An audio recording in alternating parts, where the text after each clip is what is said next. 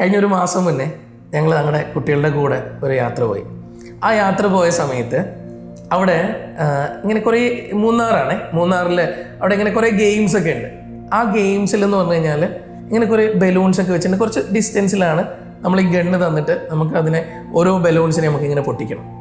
അപ്പോൾ അവിടെ ഉണ്ടായിരുന്ന കുട്ടികൾ കുറേ പേര് അതൊക്കെ ട്രൈ ആക്കി. അപ്പോൾ അതിനുശേഷം ഇവരൊക്കെ പറഞ്ഞു സാർ ഒന്ന് ട്രൈ ചെയ്ത് നോക്കുന്നത്. സത്യം പറഞ്ഞു കഴിഞ്ഞാൽ ഞാനും ഇതുപോലെ എന്നാൽ പിന്നെ ഒന്ന് ട്രൈ ചെയ്ത് നോക്കാം. അങ്ങനെ ആ ഗണ്ണ് എടുത്ത് വെച്ചു. ദെൻ ഇതിൽ നമ്മുടെ നോർമൽ ബുള്ളറ്റ് ഒന്നുമല്ല, സാധാ നിങ്ങൾ കണ്ടിട്ടുണ്ടല്ലോ, അങ്ങനെ അത് വെച്ചിട്ട് ഓരോ ബലൂൺസിനെയും ഷൂട്ട് ചെയ്തു. അങ്ങനെ കറക്റ്റായിട്ട് ആദ്യത്തെ 12 എണ്ണ ഉള്ളത്. അപ്പോൾ അവർ പറഞ്ഞു ഈ 12 കൊള്ളിക്കുകയാണെങ്കിൽ നിങ്ങൾക്ക് ഇങ്ങനെ ഒരു ഗിഫ്റ്റ്, 11 ആണെങ്കിൽ ഇങ്ങനെ ഒരു ഗിഫ്റ്റ്, 10 ആണെങ്കിൽ ഇങ്ങനെ, അങ്ങനെ 2-3 ഗിഫ്റ്റൊക്കെ പറഞ്ഞു. ആദ്യത്തെ 10 കറക്റ്റായിട്ട് പോയിട്ട് ഓരോ ബലൂൺസും അങ്ങോട്ട് പൊട്ടി. സത്യം പറഞ്ഞാൽ ഭയങ്കര സന്തോഷം തോന്നിയിട്ടോ. ആ സമയത്ത് കൂടെ നിന്ന് എല്ലാവരും ഒച്ചയാക്കാൻ തുടങ്ങി. അതായത് കുട്ടികളെല്ലാവരും കൂടെ പറ്റും. അപ്പോൾ ആ സമയത്ത് അടുത്തുണ്ടായിരുന്ന ആൾക്കാരൊക്കെ കൂടി അങ്ങോട്ടേക്ക് വന്നു. എല്ലാവരും കൂടെ അവിടെ നിന്ന് പിള്ളേരെ ഒച്ചയാക്കിയപ്പോൾ എന്താ സംഭവം എന്ന് അറിയുന്നില്ല. എല്ലാവരും കൂടെ ഒച്ച വെക്കാൻ തുടങ്ങിയപ്പോൾ സത്യം പറഞ്ഞു കഴിഞ്ഞാൽ എൻ്റെ ശ്രദ്ധ പാളി. ആ ഒരു ആവേശത്തിലായിപ്പോയി.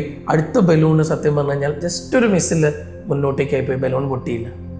സത്യം പറഞ്ഞു കഴിഞ്ഞാൽ ചുറ്റിലുള്ള ആൾക്കാർ ഇങ്ങനെ ഒച്ച വെക്കാൻ തുടങ്ങിയപ്പോഴേ എന്തോ അതുവരെ അത് എനിക്കൊരു ഓവർ കോൺഫിഡൻസ് ഉണ്ടാക്കിയത് എന്നെ എവിടെയോ ഇല്ലാണ്ടാക്കി. പക്ഷേ ലാസ്റ്റ് ബലൂണിലേക്ക് ഞാൻ ചുറ്റിലുള്ളൊരു ഒച്ചയും കേൾക്കാൻ പോയില്ല.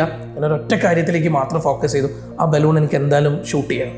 ഞാൻ കറക്റ്റായിട്ട് ചെസ്റ്റിലേക്ക് ചേർത്തെൻ്റെ ഈ റൈഫിളിൻ്റെ പാട്ട് വെച്ചു. നന്നായിട്ട് നോക്കി.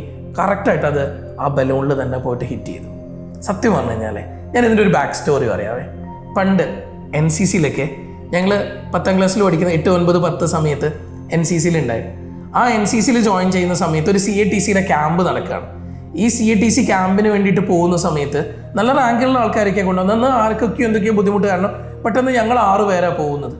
ഈ ക്യാമ്പിൽ പോയപ്പോൾ അന്ന് ഫുള്ളായിട്ട് അത് ഫയറിംഗ് ക്യാമ്പാണ്. ദാറ്റ് മീൻസ് നമുക്ക് വന്നിട്ട് ഈ പരേഡിന് വേണ്ടിയിട്ടുള്ള ക്യാമ്പ് ആയിരുന്നില്ല. കറക്റ്റ് ഈ ബുള്ളറ്റ് ഫയറിംഗ് ക്യാമ്പാണ് മെയിനായിട്ട് നടക്കുന്നത്. അങ്ങനെ അതിൽ പോയപ്പോൾ ആദ്യം തന്നെ ഞാൻ ഇതുവരെ ഷൂട്ട് ചെയ്തിട്ട് പോലുമില്ല. എൻ്റെ കൂടെ ഇങ്ങനെ 6 പേരിങ്ങനെ കിടക്കുകയാണ്. ഞങ്ങൾ ഷൂട്ട് ചെയ്തു. ആ സമയത്ത് എൻ്റെ ഒരൊറ്റ പോലും ഇതിനുള്ളിലേക്ക് കൊണ്ടില്ല. എനിക്ക് നല്ല പണിഷ്മെൻറ്റ് കിട്ടി. അന്ന് ഫുള്ള് റൗണ്ട് എന്നെ ഓടിപ്പിച്ചു. നന്നായിട്ട് ഞാൻ ബുദ്ധിമുട്ടിയിട്ടുണ്ട്. അങ്ങനെ ഞാൻ അന്നൊരു മലയാളി ഒരു ഓഫീസർ ഉണ്ടായിരുന്നു. അങ്ങനെ സാറിൻ്റെ അടുത്ത് പോയിട്ട് വിഷമം പറഞ്ഞു. സാറേ അന്ന് എനിക്കും വേറൊരു കുട്ടിക്കും മാത്രം നന്നായിട്ട് പണിഷ്മെൻറ്റ് കിട്ടിയത്. അങ്ങനെ അവരോട് പറഞ്ഞപ്പോൾ അയാളെ സത്യം പറഞ്ഞു കഴിഞ്ഞാൽ ഭയങ്കരമായിട്ട് ഹെൽപ്ഫുൾ മെൻറ്റാലിറ്റി ഉള്ള ഒരാളായിരുന്നു. അങ്ങനെ പിറ്റത്തെ ക്യാമ്പിന് മുന്നേ, ദാറ്റ് മീൻസ് ഷൂട്ടിങ്ങിന് മുന്നേ കുറേ ഐഡിയാസൊക്കെ പറഞ്ഞു തന്നു.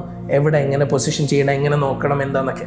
അങ്ങനെ പിറ്റേ ദിവസം കറക്റ്റായിട്ട് പോയിട്ട് ഫയർ ചെയ്തു. അങ്ങനെ അന്നത്തെ CATC ക്യാമ്പിൽ ഏറ്റവും ബെസ്റ്റ് ഷൂട്ടറിനുള്ള അവാർഡ് എനിക്ക് കിട്ടിയിട്ടോ.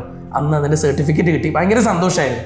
കുറേ കാലത്തിന് ശേഷമാണ് വീണ്ടും അതുപോലത്തെ ഒരു ഗണ്ണ് ഇതുപോലെ തന്നെ പിടിക്കുന്നത്.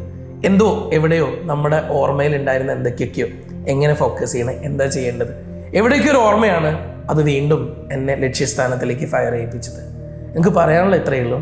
നമ്മൾ എത്രയോ കാലങ്ങൾക്ക് മുന്നേയുള്ള കാര്യങ്ങൾ പോലും നമ്മുടെ ഉള്ളിൽ എവിടേക്കോ ഇറങ്ങിക്കിടപ്പുണ്ട്. അതിനെ പ്രോപ്പറായിട്ട് ഉപയോഗപ്പെടുത്തുന്നതിലാണ് ടെൻഷൻ ഇല്ലാതെ, വേറെ മനസ്സിലേക്ക് വേറെ ഒന്നും കൊണ്ടുവരാതെ കറക്റ്റായിട്ട് നിങ്ങൾ പോയിട്ട് നിങ്ങൾക്കൊരു ഗോൾ ഉണ്ട് എന്നാണ് ആ ലക്ഷ്യത്തിലേക്ക് നിങ്ങൾ എയിം ചെയ്യുകയാണെങ്കിൽ ഉറപ്പായിട്ട് നിങ്ങൾക്ക് തോറ്റ് നിങ്ങൾ പിന്നിലേക്ക് പോവില്ല. നിങ്ങൾ മുന്നോട്ട് തന്നെ പോകും. എൻ്റെ കുഞ്ഞുങ്ങളെ, ചിലപ്പോഴും നമ്മൾ നല്ല റിസൾട്ടുകൾ ഉണ്ടാക്കുമ്പോൾ നമ്മുടെ ചുറ്റിലും നിന്ന് ജയ് വിളിക്കാൻ കുറേ ആളുകൾ ഉണ്ടാവും. ഈ സമയത്തും ചിലപ്പോൾ നമ്മൾ പതറിപ്പോവും. സോ ചുറ്റിലുള്ള കാര്യങ്ങളൊന്നും കേൾക്കേണ്ട സമയമല്ല ഇത്. നമ്മളെ മാത്രം ചിന്തിക്കുക. ഓരോ ദിവസങ്ങളിലും 1 മാർക്കെങ്കിലും കൂടുതൽ എടുത്തിട്ട് ഏറ്റവും ഫൈനൽ എക്സാമിൽ 720 അവസാനം 720 മാർക്സ് സ്കോർ ചെയ്യുന്ന രീതിയിലേക്ക് നിങ്ങൾക്ക് ഓരോ ആൾക്കും മാറാൻ പറ്റണം. നമ്മൾ ഇത്രയും കാലം പഠിച്ച കാര്യങ്ങൾ നമ്മുടെ ഉള്ളിലുണ്ട് കറക്റ്റായിട്ട്. അതിനൊന്നും കൂടെ ഉപയോഗപ്പെടുത്തിയെടുക്കുക. അത് നമ്മുടെ ഗോളിന് വേണ്ടിയിട്ട് ഉപയോഗപ്പെടുത്തുക. ഏറ്റവും നല്ല റിസൾട്ട് നിങ്ങൾക്ക് ഉണ്ടാവട്ടെ. കാണാം മക്കളെ. വീണ്ടും അടുത്ത ദിവസങ്ങളിൽ വീണ്ടും പുതിയ കഥകളുമായിട്ട് നമുക്ക് വീണ്ടും കാണാം. Thank you.